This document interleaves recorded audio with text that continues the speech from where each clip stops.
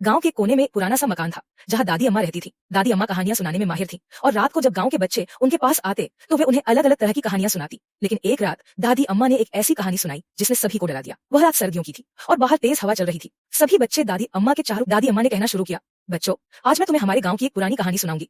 सभी बच्चे चुपचाप सुनने लगे। दादी अम्मा ने कहा, बहुत साल पहले हमारे गांव के बाहर एक जंगल था और उस जंगल में एक बूढ़ी औरत रहती थी। वह दिन भर जंगल में घूमती और रात को अपने पुराने टूटे हुए मकान में जाती। लोग कहते थे कि वह औरत एक चुड़ैल थी। सभी बच्चे। दादी अम्मा ने अपनी आवाज को धीमा करते हुए कहा, एक रात जब चांद पूरी तरह से चमक रहा था, गांव के एक किसान ने उस बूढ़ी औरत को अपने खेतों में घूमते देखा। वह किसान पास गया तो उसे महसूस हुआ कि कुछ ठीक नहीं है। जैसे ही उसने औरत को हाथ लगाया, वह औरत एक भयानक चुड़ैल में बदल गई। उसके लंबे नाखून और खून खराब आंखें थीं। किसान डर के मारे चीखा और भाग गया। बच्चे डर से कांपने लगे, लेकिन वे कहानी सुनना चाहते थे। दादी अम्मा ने कहा, कहते हैं कि आज भी वह चुड़ैल कभी कभी गांव के आसपास घूमती है और जो भी उसे देखता है वह हमेशा के लिए डर के मारे चुप हो जाता है। दादी अम्मा ने धीरे से कहा, तो बच्चों, रात को देर तक बाहर मत रहना, वरना वह चुड़ैल तुम्हें भी देख सकती है। सभी बच्चे डर गए और एक दूसरे के पास सिमट गए।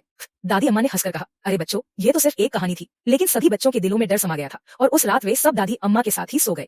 समाप्त। इस तरह दादी अम्मा की कहानी ने सभी को डरा दिया, लेकिन बच्चों को यह कहानी हमेशा याद रहेगी और वे कभी रात को बाहर नहीं निकलेंगे।